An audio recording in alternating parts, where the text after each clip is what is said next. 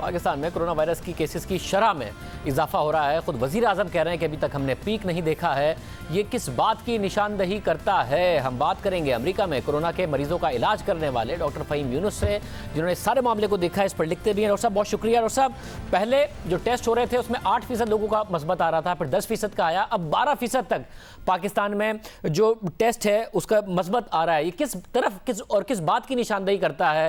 पाकिस्तान में किस ट्रेंड को दिखा रहा है? आपने देखा है बैनुल-अक़वामी ट्रेंड, और अमेरिका में भी आपने देखा है।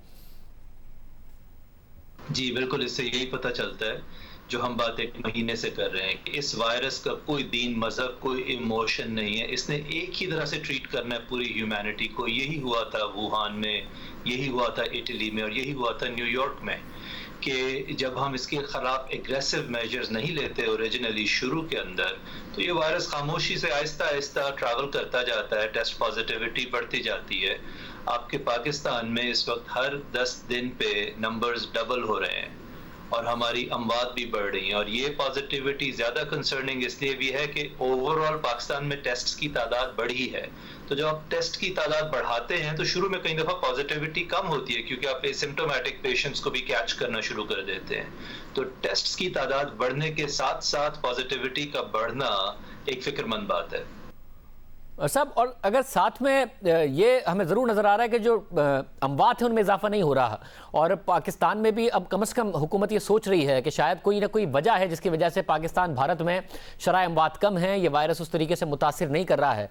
अब ये बात हतमी तौर पर कही जा सकती है, या आप जो डेटा इस वक्त अवेलेबल है उस बुनियाद पर के वाकई या तो कोई वायरस ने म्यूटेट किया है या कोई और वजह है कि डेथ रेशो इन ममालिक में कम है, या आपके ख्याल में अभी भी हतमी तौर पर नहीं कही जा सकती? ये नहीं कही जा सकती अभी। ये उसी तरह है जिस तरह महीना पहले हम ये भी मानने को तैयार नहीं थे कि कोरोना वायरस फ्लू से ज्यादा की कोई बात भी है इसमें।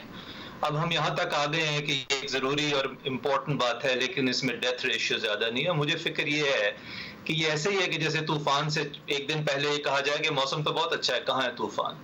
हनूज दिल्ली दूरस्थ पे हम नहीं रह सकते। आपके पास 220 मिलियन लोग हैं। ये इस वायरस का बिहेवियर, इसका outcome exactly if not pretty much वही है हर जगह पे। हाँ, अगर अल्लाह ताला करे कि किसी खुदा की जात शाफी है, अगर आउटकम्स बहुत बेहतर हो तो अच्छी बात है, हमारी तैयारी बच जाएगी।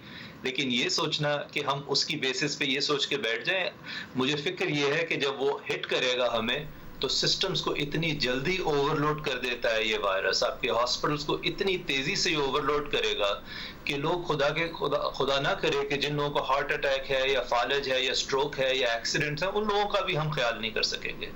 तो इसके असरात कोरोना से दूर दूर तक चले जाएंगे बाकी बीमारियों पर भी। मतलब एक उम्मीद बनती है ज़हर वैक्सीन के हवाले से। अब CNN में एक आर्टिकल शाया हुआ कि जिस तरह HIV की वैक्सीन नहीं आई है, हो सकता है, और डेंगू की वैक्सीन में बहुत ज़्यादा प्रॉब्लम्स का सामना करना पड़ा, हो सकता है इसकी भी वैक्सीन ना आए। आपने साख्त देखी है कि ये वायरस किस तरीके से एक्ट करता है। आपको लगता है इसी किस्म का इस तरीके से जिस्म में म्यूटेट करता है कि इतनी कॉपीज़ अपनी बना लेता है और अलग अलग कॉपीज़ होती हैं कि वैक्सीन के लिए मुश्किल हो जाए इसको टारगेट करना और जिस्म को सेहतियाब करना? मेरा नहीं ख्याल। कहीं जगहों पे जहां उम्मीद है, इंसान को ना उम्मीद कभी नहीं होना चाहिए। मेरे ख्याल में वैक्सीन इंशाल्लाह ताला इसकी ज़रूर आ जाएगी, और उसकी रीज़न ये है कि इसके ऊपर इस वक्त 100 के करीब वैक्सीन कैंडिडेट्स पे काम हो रहा है। 4-5 मुल्कों के अंदर वैक्सीन ट्रायल्स शुरू हो चुके हैं।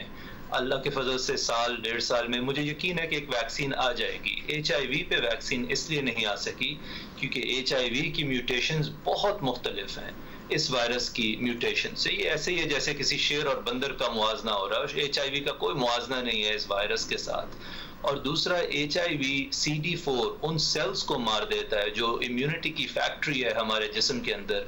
जिन सेल्स ने इम्यूनिटी जनरेट करनी होती है उन्हीं को HIV मार देता है। इस वजह से HIV की वैक्सीन आज तक नहीं आ सकी। और हाँ, जहाँ मुझे थोड़े तहफ़्फ़ुज़ात हैं, जहाँ मुझे कंसर्न्स हैं, वो ये हैं कि 7.6 बिलियन लोगों की इस दुनिया को हम वो वैक्सीन बराबर तौर अगेन कि कहीं हम तफरीक तो नहीं करेंगे उस वैक्सीन में, कहीं अमीरों को वो वैक्सीन जल्दी तो नहीं मिल जाएगी, कहीं कुछ लोगों को कुछ मुल्कों में वो वैक्सीन होगी और कुछ मुल्क खाली रह जाएंगे। ये मेरी फिक्र ज़रूर है जो दोबारा से उस तफरीक की तरफ जाती है, क्योंकि वायरस इस मामले में हमसे बहुत बेहतर है।